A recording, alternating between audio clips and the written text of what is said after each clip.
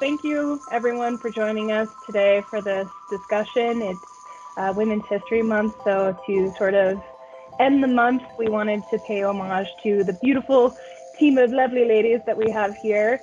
As a STEM company and in the cannabis industry, I think it's really important to highlight our voices, and especially at Surna, we have quite a few women, especially in leadership roles. So wanted to take today to kind of get some insight from our team and talk about our impact on Surna and Surna's impact on our lives. So to start off, I want to go ahead and go around, make introductions, tell us who you are and what you do at Surna. So we'll start with the co-founder, Brandy. Hi, I'm Brandy Keene. I serve as our senior technical advisor these days, and generally work with some of our larger clients, some of our multi-facility clients, and then support the sales and marketing team however I can. Thank you, Brandy. Next, I want to give it over to some of the other people on our leadership team. Renee, do you want to go ahead and introduce yourself? Hi, I'm Renee Larson. I'm one of the vice presidents and financial and plant controller here at Surna. So I'm in charge of the accounting department, all of the SEC filings, and managing that department as well as the production team. So I wear quite a few hats. I've been with Surna for almost 5 years. It'll be 5 years in May. Thank you, Renee. And then on to Jamie, who is also on our leadership team. Hi, I'm Jamie English, and I'm also one of the vice presidents. And I started shortly after Renee did, I think about 5 years ago. And I head up marketing and also do a lot of help with investor relations. Thank you, Jamie. And then next I'll give it over to Lauren. Hi, I'm Lauren Lindahl. I'm a regional sales representative at Surna. I cover the West Coast here, and I've been with the company for about 1.5 years. Thanks, Lauren. Haley, we'll move on to engineering with you. Hi, I'm Haley Moore. I've been with Surna for 4.5 years now. I work in the engineering department, doing project engineering, design, mechanical design, and project coordination, construction administration type of things. Thanks, Haley. And then we also have Haley's sister and the newest member of the Surna team, Britta. Hey, I'm Britta Moore. I've been at Surna now for just over a month, I think. On the engineering team, I'm a mechanical engineer. This is my 3rd job out of college. My background's in alternative energy and large trucking. Awesome. Thanks, Britta. And I'm Courtney. I'm the marketing coordinator, so I'll be facilitating some of the discussion today. I want to start this off by asking a few questions to Renee. So Renee, Surna is a public company and we're in the cannabis industry, which is definitely a unique challenge in itself. What makes the position of VP of Finance more difficult for a public company than a private one? And does being in the cannabis industry add to those difficulties? Yeah, being a public company is time consuming and expensive. I spend a lot of my time working on 10Ks, 8Ks, 10Qs. These are all just SEC filings. And the reporting and audit requirements are much stricter for a public company. So what that really means for me is that I don't have as much time to spend on operations in the day-to-day. But, I try to balance it out, but it is very time consuming. And I don't know that being in the cannabis industry has any real impact on us as a public company, but it does have its challenges for sure. Insurance is harder to get and it's much more expensive. Banks are less willing to give you a loan. We've had trouble with credit card companies. So, there are definitely some challenges to being in the cannabis industry. It's definitely improving and I think that will continue. But it's such a fun industry to be in. I love it. Awesome. Thanks for that, Renee. And Renee, I have another question for you and Jamie. Both of you are VP level executives at Surna.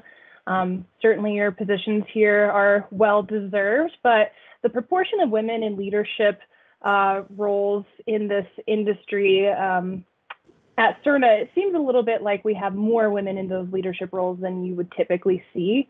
Do you think that there's something unique about Surna that led to that, or maybe something unique about the two of you, or cannabis in general? Well, it's just that Jamie and I are so great, right? Yeah, I was going to say, of course.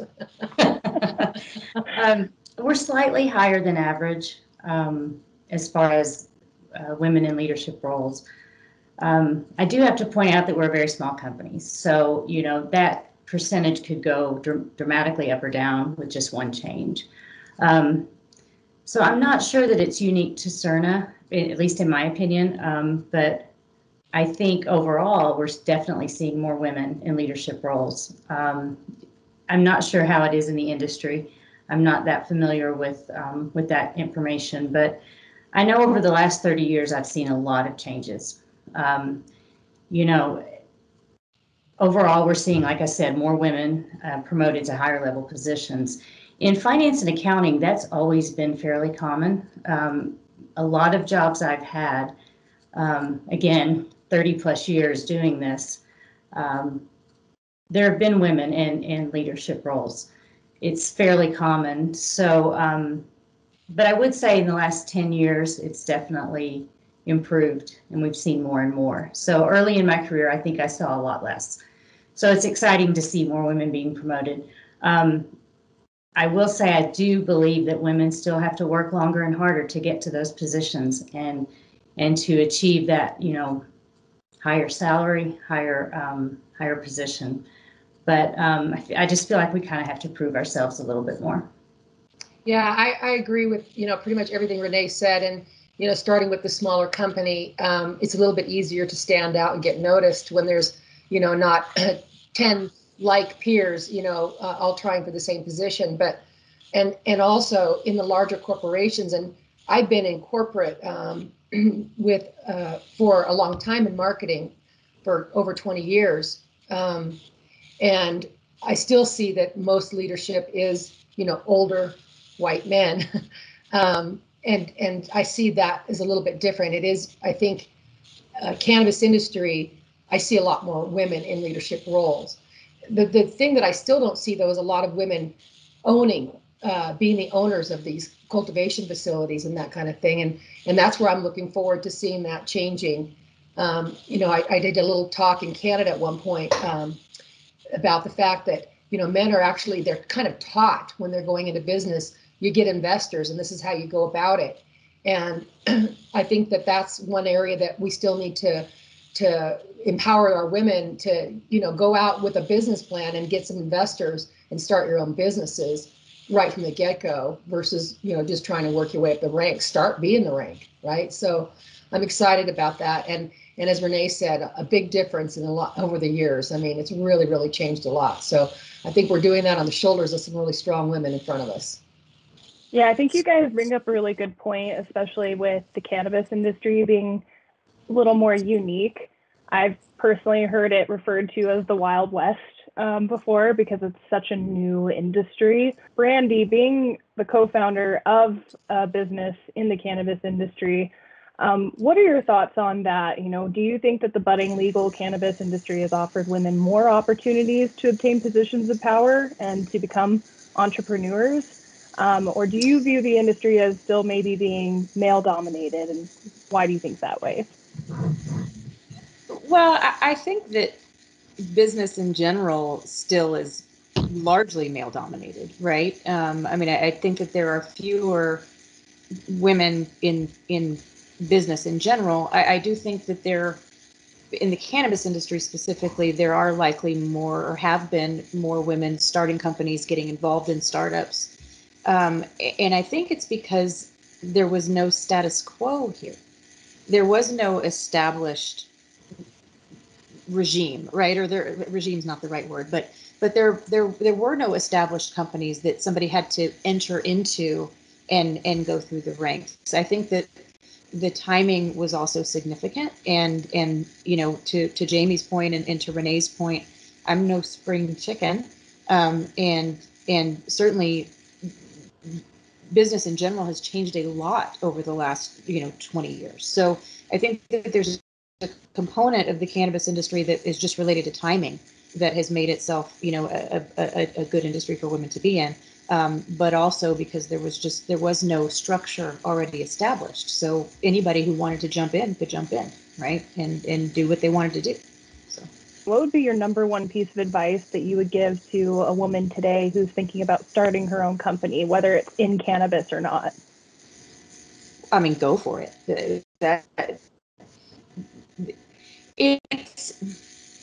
It's really easy to second guess your own power. It's really hard sometimes to just go, you know what, I can do this, and don't second guess it. Go for it. Do the research, put in the hours, but understand too, especially if you're married or if you have children.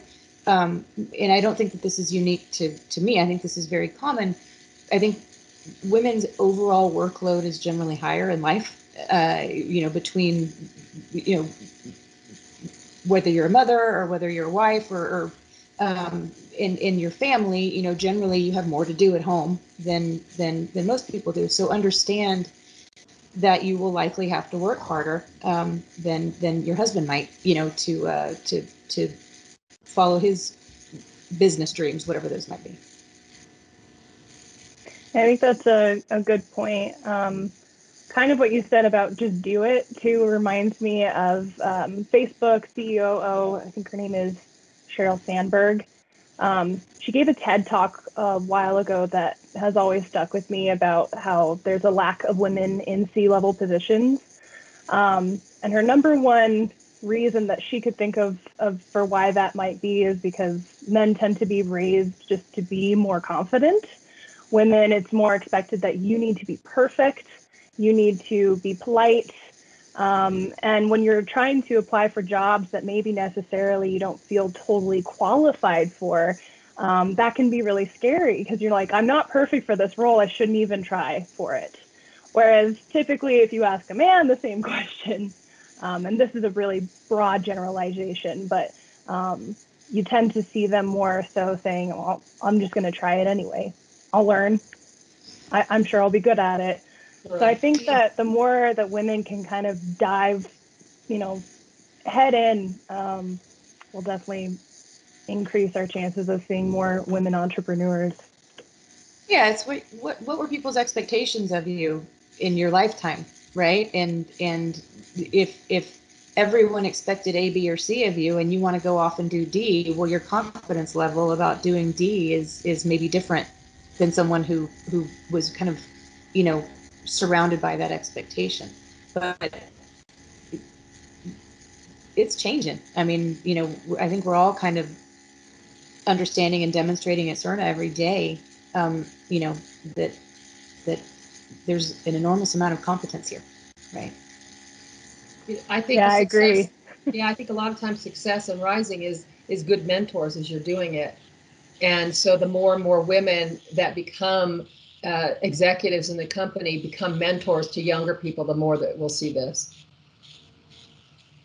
Yeah, and speaking on the same train of thought here, certainly positions of power, management, and leadership are important for empowering women. But, Britta and Haley, seeing more and more women in STEM positions in engineering is also really awesome to see.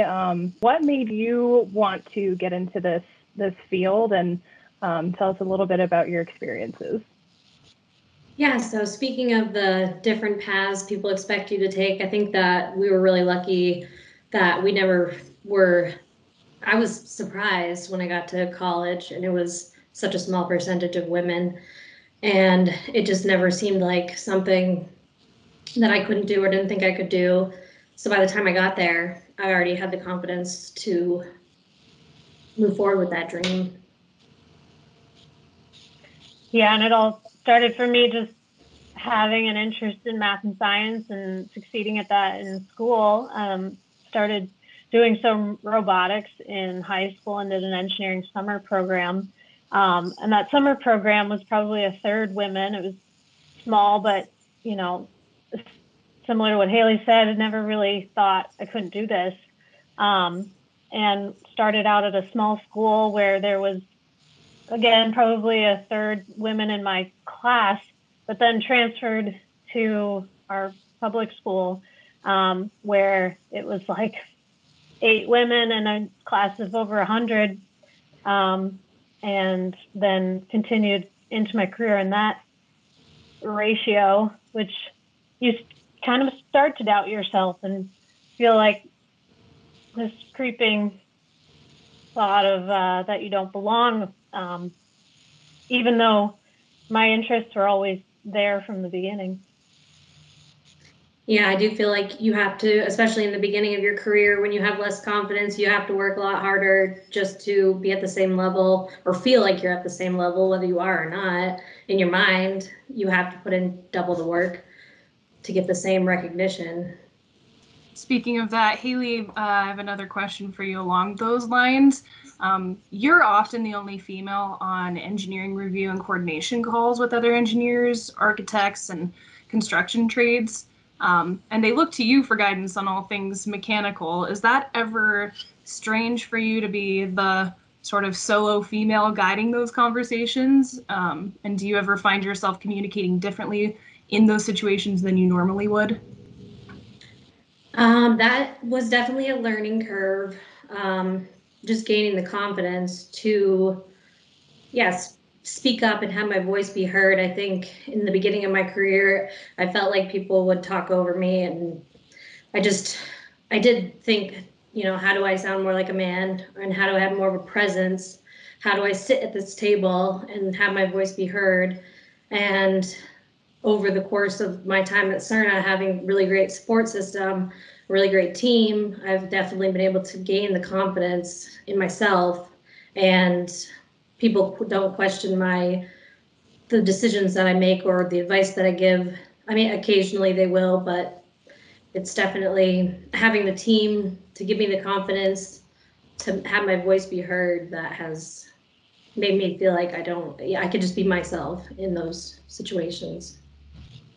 I'll add on to what you're saying, with having to develop a presence and not be talked over. I think that if you're in a room of women, you all have that past experience of like having it be difficult to be heard, and so you give each other space, but men aren't as aware of that, and practiced at making sure everyone gets heard, and you have to get it for yourself, and even if maybe there's someone in the room that might help you get heard, that's not the approach that you, feels the best. Mm-hmm. So the skill. Yeah, that's great to hear from the engineering side of things. Certainly our sales team has a lot of experience interacting with customers. And so Lauren or Brandy, do you ever feel biases from maybe even customers because of your gender? And if so, how do you deal with that? And maybe not even just customers, but other people that we work with, vendors. I think so. I want to start by saying something that I think is really important. I have never, ever felt held back by my gender, ever. Right. But I do think that, a lot of times I'll go to a client site. In fact, I'll one fairly recent example. I went to a construction meeting. It was me and one of the guys that works for us, who's awesome. And at this construction meeting, there were probably 15 construction professionals there, all men, of course. I'm the only female in the meeting, and it's my meeting. We walk in, and everyone in the room just assumed that my colleague was leading the meeting, and it was his meeting. It wasn't on purpose, and it wasn't rude, and these are all wonderful people, right? I had to go. I didn't say, hold on, this is my meeting, because that's rude, right? But once we started talking, they kind of all went, oh, okay. He's here to support you. You're not here to support him, right? And it was fine. It was a great meeting. It was wonderful. We solved all the world's problems, and But I think that's pretty common, where maybe the expectation is that you're there in a support role and not in a primary role. And I think largely because of the nature of our industry, you know, as you said, we're a STEM company and we work in construction, and so those are kind of some natural expectations, I think, from some folks. Yeah, definitely.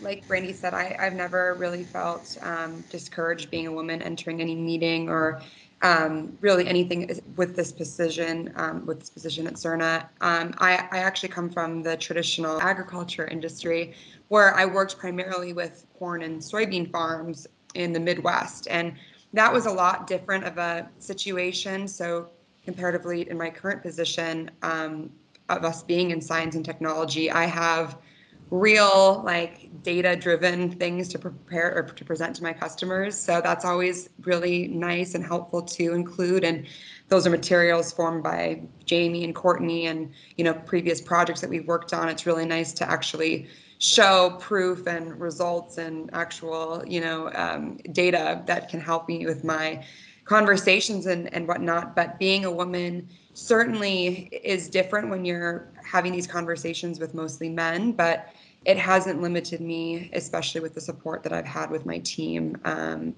that's why I feel lucky in this position, being more of working with an innovative, you know, focused company, as opposed to some more traditional parts of our industry. But it's been challenging, but you use those situations and you kind of work them to your advantage, and you have more opportunities to highlight on your past experiences and, you know, explain how you got to this position and why this interests you. And that's been really helpful with reaching and engaging with my customers. Even from my perspective in marketing, I used to work at a marketing agency, and I mean, some of the things that the other women that I worked with had to experience was very disheartening. Another girl on my team actually had a moment where a client told her that he would like to have another account representative who was male assigned to him because he didn't think she got it, what he was selling. But with Surna and this industry, I have never experienced anything remotely like that. So yeah, I think I share that experience with you, Lauren, of maybe the specific industry or the specific kinds of people that we talk to are pretty respectful and welcoming. Definitely. There are really those male Karens out there that are existing in every industry. So I think that luckily, like I said, we have some real awesome projects that we worked on in the past and that are progressing now. And it's been really awesome to have that credibility with just in a business, you know, as Surna, but also all of us come from all different backgrounds. So just, you know, piggybacking off that, it's just been nice to kind of relay that back to the customers, and generally they do respect that. I think, as we mentioned, a lot of that has changed, you know, especially those of us that have been around for a while. You know, early on too, I've lost count of the number of times I had somebody say something along the lines of, "You're really smart for a girl," or and meaning it in a really well-meaning way, like meaning it in a complimentary way, but wow, I didn't expect you to know this, you know, and it was, and this hasn't happened in probably 10 years, but and like I said, it was meant as a compliment at the time, you know, and so, you know, just kind of along those same lines, Jamie. But times have definitely changed.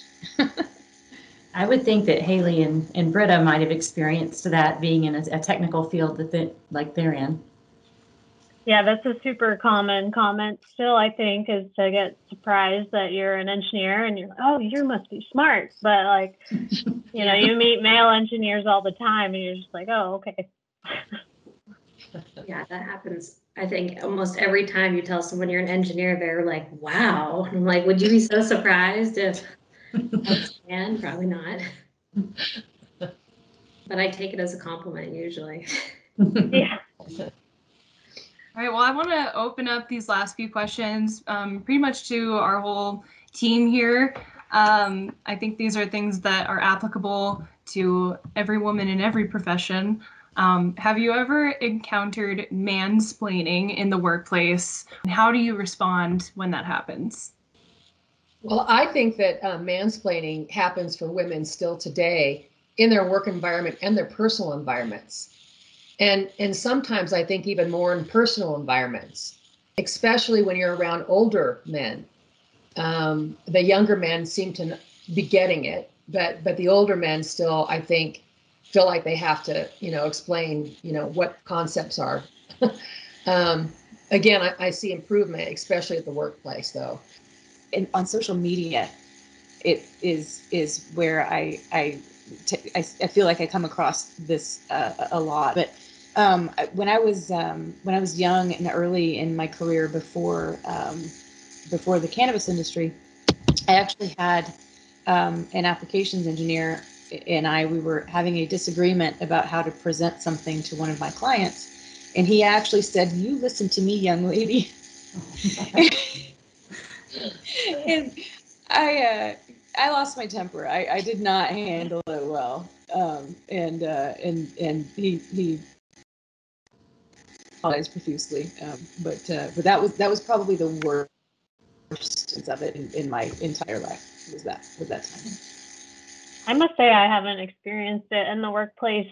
Been very pleasantly surprised about that. At my last job, I spent quite a bit of time working in the truck factories where I thought maybe that would happen there. I wouldn't be taken seriously or been looked to for guidance when I was doing the engineering support for a new build.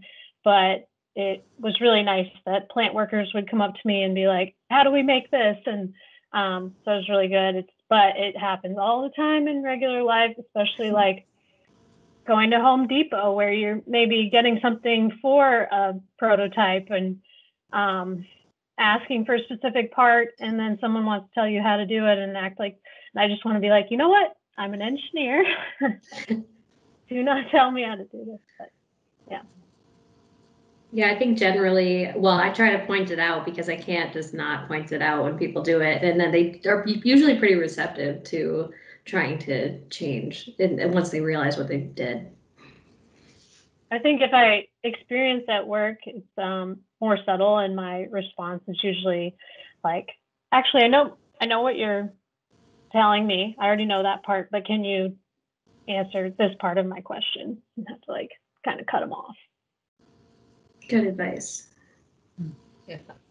Another question, do any of you feel pressure to change the way that you respond to emails to sound more like a man? Or maybe have you changed your behavior or tone of voice, or just any way that you're responding to someone to be sort of taken more seriously by your male colleagues, clients, representatives, etc.? I think I've definitely had to do that. I find that I have to be a little more assertive than what comes natural for me. Haley and Britta both mentioned people talking over you, and I've had that experience a lot. Almost all of my interactions in the workplace are with men, and I've really had to learn how to do that, just to be a little more assertive. And it's kind of hard for me because, like I said, it doesn't come natural. But I'm kind of in a unique situation in that, being the plant manager, I have 7 guys that report directly to me, and they're great. I've never felt like they didn't respect me or they didn't take me seriously, but I do find myself sometimes changing my behavior so that I feel like one of the guys. I have a question specifically for anyone who has, kids. I think that there's sometimes a stigma attached to being a woman with a family about being in the workplace. Have any of you with kids ever experienced something like that? No, I don't think that. And in fact, I think a lot of it is Surna and frankly how accommodating our company is to kind of the individual needs of its employees, right? I think that at least in my experience,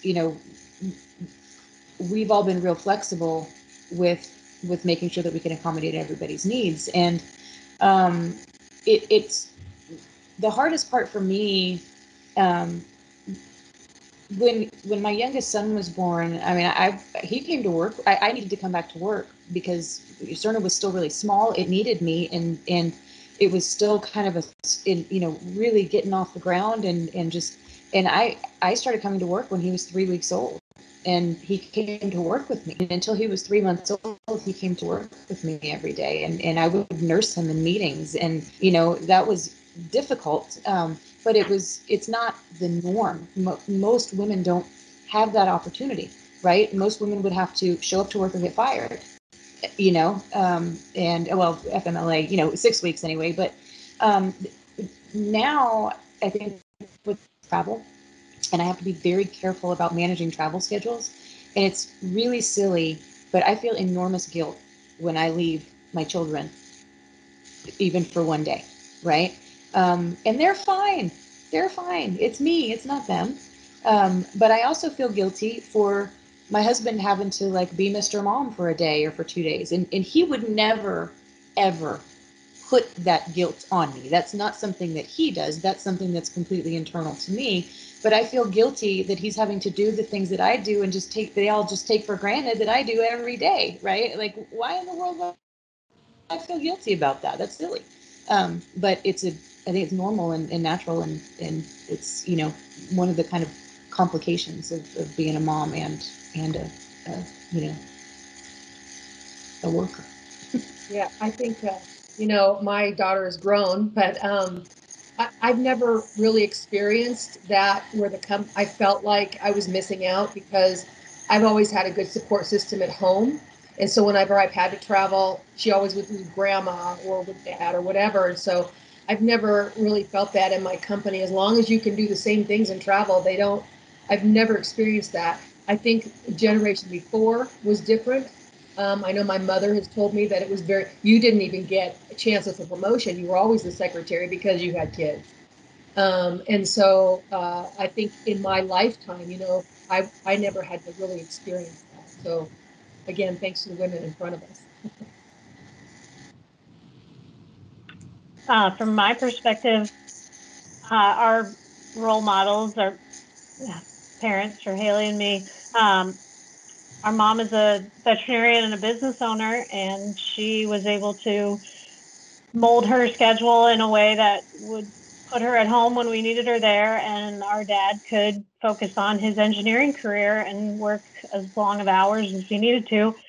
And it does seem daunting to me that if I ever decide to do that, it seems very daunting that I've got to get everything figured out and be established in my career, and at a point where that's going to be convenient, not a burden to the company. But that's just not realistic. You can never have it all figured out.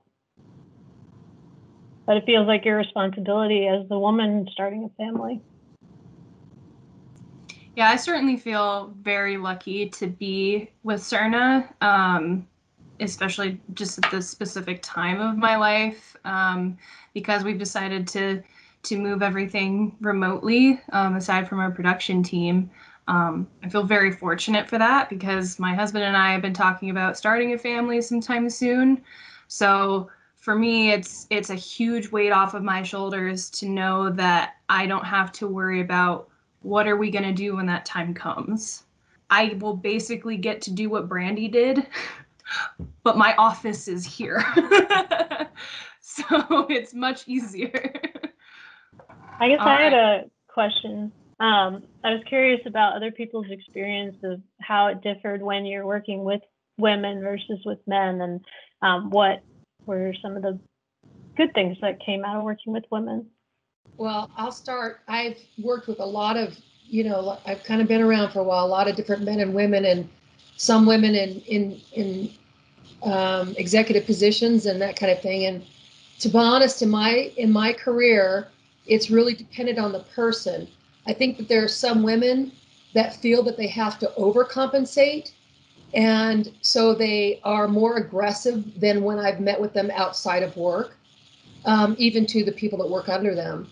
I've used that as a role model of what not to do, because overcompensating, just makes the people under you, they're just not loyal to you, or, I don't want to be the one that they talk behind the back and say, God, and then there's some men that do that as well. You know, usually you find out it's because they really weren't supposed to be in the job. As Courtney had mentioned earlier, sometimes men will have all the confidence in the world and apply for, go for a job, even though they're, not probably that qualified for it. And sometimes they get it. And so then they overcompensate because they know they're in a position that they probably shouldn't even be in. But those are sort of the corner cases. I would say most cases, whether it was a woman or a man, it's sort of just depends on their own personality. Some are some are great bosses, and they're really, I've had mentors that I'm in the position I am today, because of them, and how willing they were to teach me and that kind of thing. And then there's others that they're there for a paycheck and they really don't care. And that doesn't matter. It's just who they are. So I agree. And I think I had a boss for about 7 years who was a woman, and she was the only female in our company at the time who had achieved that, level of success. And I learned so much from her about how to kind of balance this femininity against, interacting with clients, against being professional. And I don't think she deliberately intended to be a role model for me. It wasn't like she took me in things like, you're a girl, I'm going to teach you everything I know. It was just, although she was awesome, it was just observing her, right, was really valuable to me. And I will say too, that when there are instances of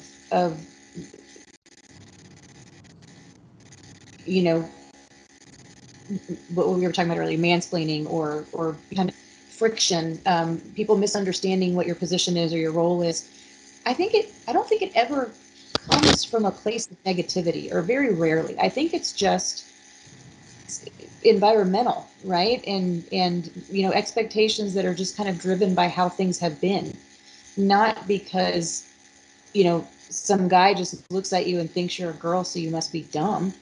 I don't think that's, I mean, I'm sure there's jerks everywhere, but women and men, but I think in general, it's just, it's a product of the environment, and it's well-intentioned, and usually it's relatively easy to correct. Yeah, and I think you really hit the nail on the head of sort of why we wanted to have this discussion in the first place. It's not to, like you said, it's not to say, our gender is such a hindrance on being a professional. That's not it at all. It's just to highlight the wonderful things that the women of this company do, to empower more women to continue joining companies like this, STEM companies specifically. The more voices that we have, the more voice that we have as a group. And then also third is to sort of have what little effect this discussion might have on that environment that you talk about. Making sure that everyone's more aware of how you talk to people, the assumptions that you make about them can have a major impact on how we do business and how we form as professionals and grow as people.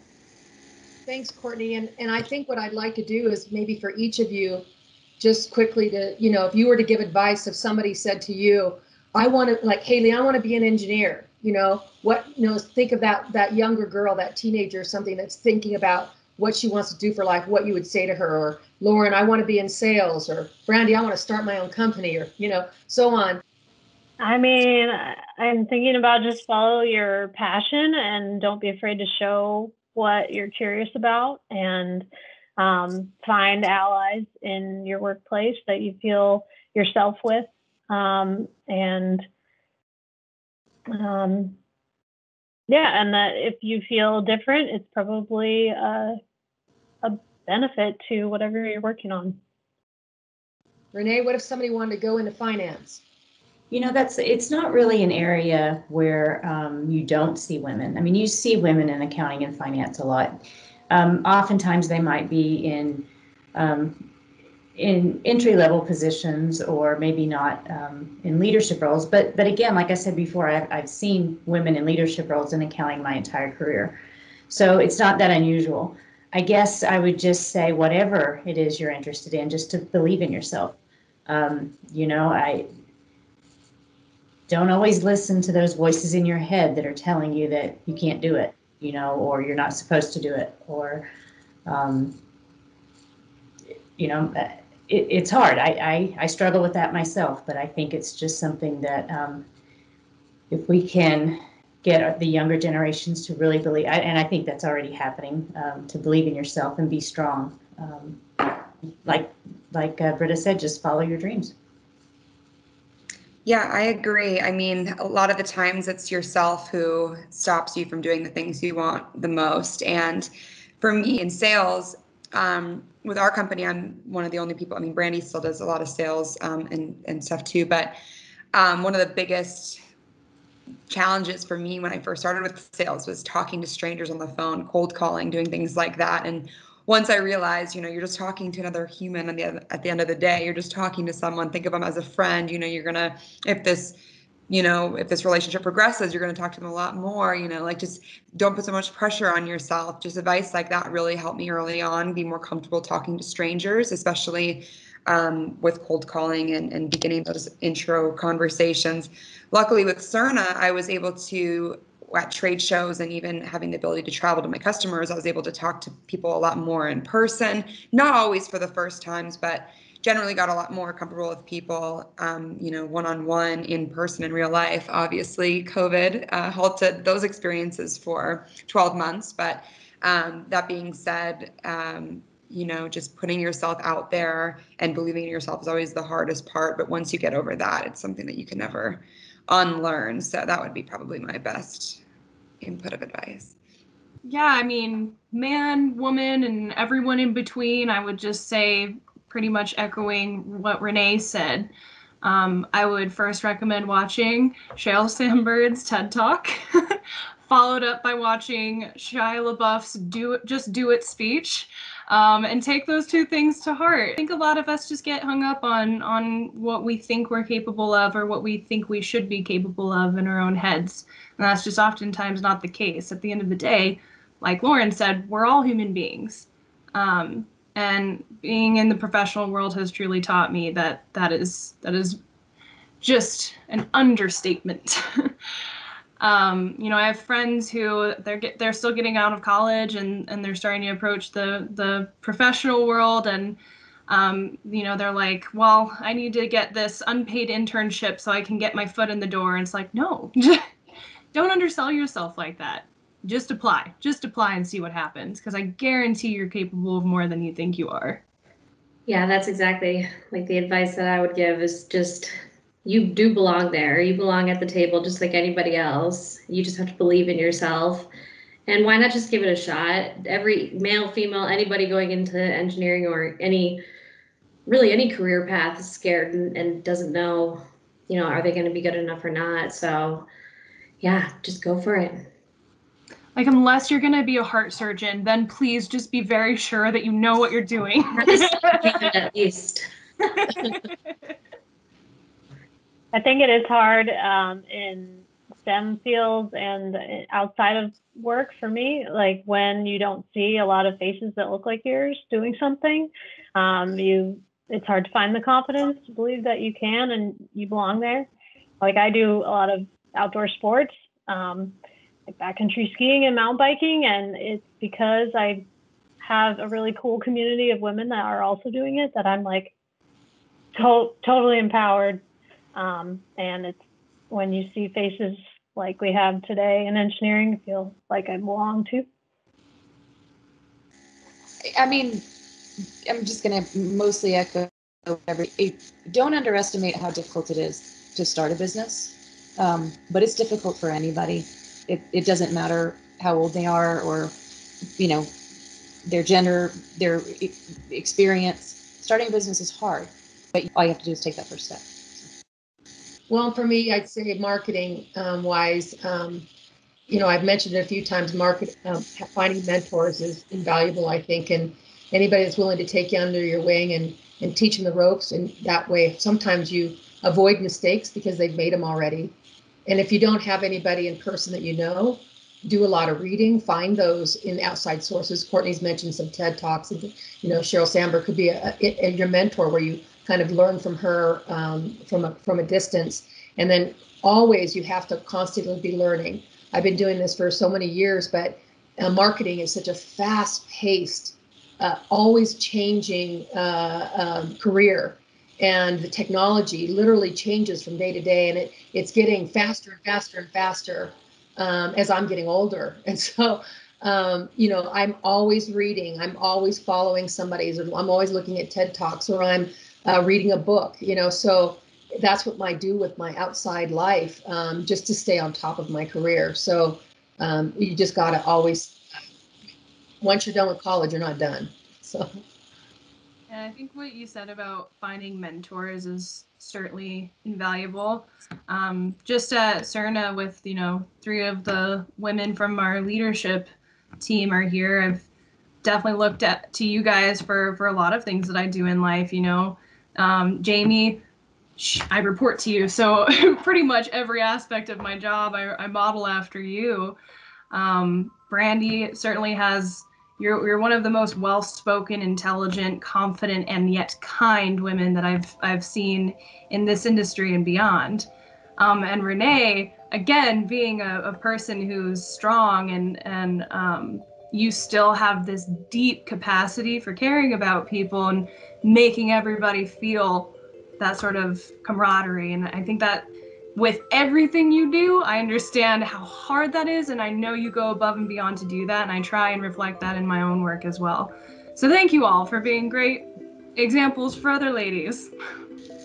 Okay, so it would be embarrassing to cry on a video about women, but thank you for saying that. I would say that the energy that you guys bring to this company, and the work that you guys put in, and the quality of the work that you guys bring to the table it makes me feel good every day. I mean, that goes for all 4 of you, Lauren, Courtney, Haley, and Britta. I mean, and it's so impressive, and it's so awesome to know that that's what the future looks like. Like that, as Jamie said, we stand on the shoulders of giants. Jamie and I, and Renee, the generations that we look up to led us to where we are today, and kind of looking down the road and seeing what the future leadership of this company looks like, in all companies, is pretty awesome. Second that.